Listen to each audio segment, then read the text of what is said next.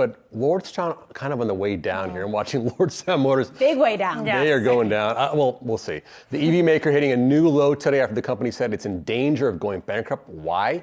Its partner Foxconn is threatening to withhold important funding because Lordstown received a delisting notice from the NASDAQ, which is a breach of contract between the two. Now, Lordstown says Foxconn isn't making a good faith effort to follow through on its deal here to make a low cost EV. But the fact of the matter is, if Foxconn withholds payment, Lordstown will likely have to cease operations and file for bankruptcy protection. So, not looking good. Their shares well below $1 for Lordstown.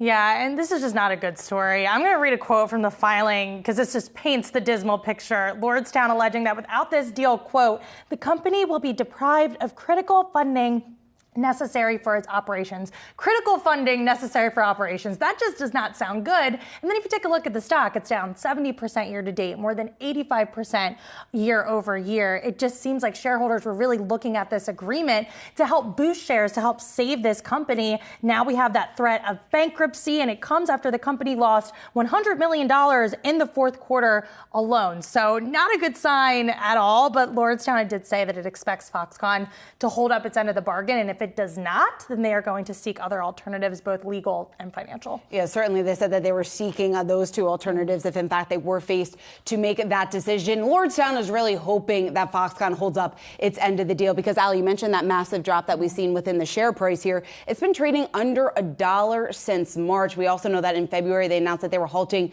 future production here, future EVs production, and also just in terms of deliveries of those future EVs. It's in a very tough spot. And I'm curious, Press, just to get your take on this, just its ability to succeed at this point, given the fact that competition is becoming even stronger here. They're losing any sort of footprint that they had in the market, and investors are finding a lot of other names to get excited about. I mean, and they had some first mover status there, but they sold their factory to Foxconn. Foxconn owns their factory, so if they can't get them on board, I don't know where they're going to build these endurance pickups. This is a big problem for them. They had about $200 million in cash at the end of the quarter, but they've already burned through $100 million last quarter. So this is a tough spot for them. They need that money to get those EVs out the door.